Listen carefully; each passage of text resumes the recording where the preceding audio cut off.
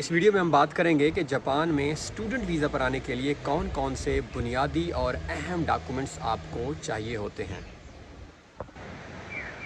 السلام علیکم، کونیچیوا، hello, this is Arif from Japan. اور آج یہاں پہ بڑا اچھا موسم بنا ہوا ہے، 2-3 دن یہاں بہت بارشیں رہی ہیں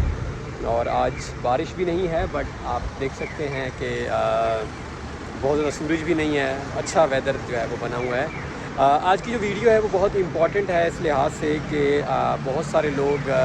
ہم سے یہ پوچھنا چاہ رہے ہیں کہ جو ریسنٹلی ہم نے ایک ویڈیو بنائی تھی کہ جاپان میں اگر آپ آنا چاہتے ہیں تو جو ڈاکومنٹس آپ کو چاہیے اسٹوڈنٹ ویزا پر، میں بات کر رہا ہوں لینگویج اسکول اسٹوڈنٹ ویزا کی بات کر رہا ہوں، تو کون کون سے ڈاکومنٹس چاہیے۔ تو کافی سارے میسیجز ہمیں ریسیو ہوئے، تو میں آپ کو کوئکلی جو ہے وہ مین ڈاکومنٹس بتا دیتا ہوں کہ آپ کو کون سے چاہیے، پھر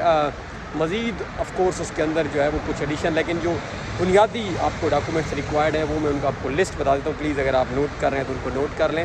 تو سب سے پہلے جو ہے وہ آپ کی ہو گئی سند میٹرک کی اور ایف ایس سی کی۔ اگر یہ سند آپ کی IBCC سے ویریفائڈ ہے تو بہت اچھا ہے، اگر نہیں بھی ہے تو یہ سند آپ کو بہرحال ضروری ہے، تو یہ سند آپ کے پاس ہونا مسٹ ہے، میٹرک اور FSC کو۔ یہ آپ کو اوریجنل سکولز میں بھیجنی ہوتی ہیں جاپان، کیونکہ کچھ پاکستانیوں نے ایسی شاید یہاں پہ کچھ پاکستانی اور یہ انڈین، بنگالی، سری لنکن شاید کچھ 2 نمبریاں ہوئی ہیں یہاں پہ، تو اب وہ اوریجنل سند چیک کرتے ہیں پہلے کہ آپ کی، اور پھر وہ آپ کو واپس مل جاتی ہے، تو یہ ایک سند ہو گئی۔ اس کے علاوہ جو ہے وہ آپ کا برتھ سرٹیفکیٹ ہو گیا، آپ کا FRC ہو گیا، اس کی جاپنیز ٹرانسلیشن ہوتی ہے، وہ ہو جاتی ہے پاکستان سے، وہ اگر آپ مجھے بھی بتائیں گے، یا ویسے پاکستان میں کافی ساری ایسی جگہیں ہیں جہاں سے ٹرانسلیشنز آپ کو، مطلب آپ کے ڈاکومنٹس کی، تو یہ آپ کے بنیادی ڈاکومنٹس ہو گئے، یعنی اگر آپ کا شناختی کارڈ ہے، آپ کا FRC جو نادرا سے آپ کا بنتا ہے، برتھ سرٹیفکیٹ اگر نہیں ہے تو وہ بھی چل جائے گا۔ جو امپورٹنٹ چیز ہے، یعنی یہ تو ہو گیا آپ کے ڈاکومنٹس جو فیملی کے ہیں، جس میں سب سے امپورٹنٹ چیز ہے وہ ہے آپ کا جو آپ کی اسٹیٹمنٹ ہے، بینک اسٹیٹمنٹ، وہ سب سے امپورٹنٹ ہوتی ہے ویزا ملنے یا نہ ملنے میں، جو فیکٹر رول پلے کرتی ہے۔ اب وہ جو ہے وہ یا تو پریفریبلی، یعنی ترجیحاً جو ہے وہ آپ کے والد کی ہونی چاہیے وہ اسٹیٹمنٹ، آپ کی بھی نہ ہو، آپ کے والد کی ہو، اور اگر آپ کی ہے تو پھر آپ کا والد یعنی اس چیز کی شیورٹی دے دے کہ ہم بزنس جو ہے، کیونکہ اب یہ وہ کہتے ہیں آپ ینگ ہیں تو کیسے آپ کا اتنا پیسہ آپ کے پاس ہو سکتا ہے، تو پریفریبلی والد کی ہو۔ اگر والد کی نہیں ہے، آپ کا اپنا اکاؤنٹ ہے، تو وہ والد کے ساتھ یعنی آپ شو کر دیتے ہیں کہ آپ جوائنٹ کوئی کام کر رہے تھے، تو آپ کے پاس یعنی یہ کمپنی چل رہی ہے۔ اور اگر ان دونوں میں کسی کے پاس نہیں ہے تو پھر بلڈ ریلیشن میں کسی کے پاس ہونی چاہیے، یعنی جو خون کے رشتے ہیں آپ کے، وہ بھائی بھی ہو سکتے ہیں،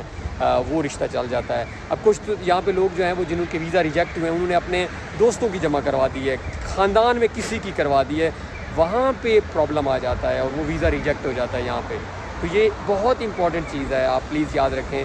بینک اسٹیٹمنٹ کی، کہ کوشش کریں۔ اور میں ایک اور سیپریٹ ویڈیو بھی اس پہ بناؤں گا، جو بینک اسٹیٹمنٹ میں 2 نمبریاں لوگ کرتے ہیں، وہ اکثر ابھی ریسنٹلی یہاں پہ ایک ویزا ریجیکٹ تو نہیں ہوا لیکن سبمٹ نہیں کروایا ہم نے ایک اسکول میں۔ وہ یہ تھا کہ ایک لڑکا ہے، اس کے اکاؤنٹ میں کوئی پیسے بھی نہیں ہیں اس کے والد کے اکاؤنٹ میں، اور اچانک جو ہے وہ اسٹیٹمنٹ لینے سے پہلے اس میں 50 لاکھ وہ جمع کروا دیتے ہیں اور بینک اسٹیٹمنٹ نکلوا لیتے ہیں۔ اب یہ بڑا سسپیشیس ہے، آپ خود سمجھدار ہیں کہ اچانک میں 50 لاکھ جمع کرواؤں اور بینک اسٹیٹمنٹ جمع کرا دوں، تو وہ سب کو پتہ چل رہا ہے کہ یہ 2 نمبری ہے۔ تو یہ بینک اسٹیٹمنٹ جو ہے یہ 6 مہینے کی جو یوزلی ہم یوز کرتے ہیں، 1 سال کی بھی یوز کرتے ہیں، تو اس میں پیسے آتے جاتے رہیں تو جو ہے وہ چلتا ہے۔ اور بڑا امپورٹنٹ ہے کہ منیمم بینک اسٹیٹمنٹ کتنی شو کروانی ہے، کم از کم ایڈمیشن کے وقت جو ہے وہ 42 لاکھ روپے پاکستانی کی اسٹیٹمنٹ آپ کے بینک کی ہونی چاہیے، یہ کم از کم ہے، اس سے زیادہ جتنی بھی ہوگی وہ بہت اچھی ہوگی۔ اور میں نے جس طرح بتایا 2 نمبری نہیں ہونی چاہیے اسٹیٹمنٹ کے اندر، اگر 2 نمبری ہوگی تو آپ پکڑے جائیں گے اور پھر مسائل آپ کے لیے ہیں بہت زیادہ۔ تو پلیز اس چیز کا خیال رکھیں کہ سب سے جو امپورٹنٹ ہے، باقی ڈاکومنٹس تو بنتے رہیں گے، یوزلی اس کے 2 انٹیک ہوتے ہیں، آپ یاد رکھیے گا، ایک انٹیک جولائی کا ہوتا ہے اور ایک انٹیک اکتوبر کا ہوتا ہے، اور جولائی والے انٹیک کے لیے آپ کو مارچ میں اپلائی کرنا پڑتا ہے، اور اکتوبر والے انٹیک کے لیے آپ کو اگست میں اپلائی کرنا پڑتا ہے، بلکہ جولائی میں اپلائی کرنا پڑتا ہے۔ مارچ اور جولائی میں آپ کو اپلائی کرنا ہوتا ہے، 3 مہینے یہاں COE کے لیے لگتے ہیں، اور اس کے بعد آپ کا ویزا وہاں بہت جلدی 5 دن لگ جاتے ہیں، ایشو ہو جاتا ہے اور آپ آ جاتے ہیں۔ تو اگر آپ کا پلان ہے آنے کا، فرض کریں اکتوبر میں یا اگلے مارچ میں، تو آپ بینک اسٹیٹمنٹ پہ سب سے زیادہ توجہ دیں، اس کو بہت اچھا بنائیں، پیسے نکالتے رہیں، ڈالتے رہیں، آپ کے اپنے پیسے ہیں، وہ کہیں جا نہیں رہے، بٹ ایک جنہیں شو ہو کے وہ جینون ہے، کوئی 2 نمبری نہیں ہوئی۔ تو ایک نئی ویڈیو میں انشاءاللہ ہم جلد ملیں گے، اسٹوڈنٹ ویزا پہ ہم بات کریں گے، مزید بینک اسٹیٹمنٹ پہ۔ تب تک اپنا خیال رکھیں، اللہ حافظ۔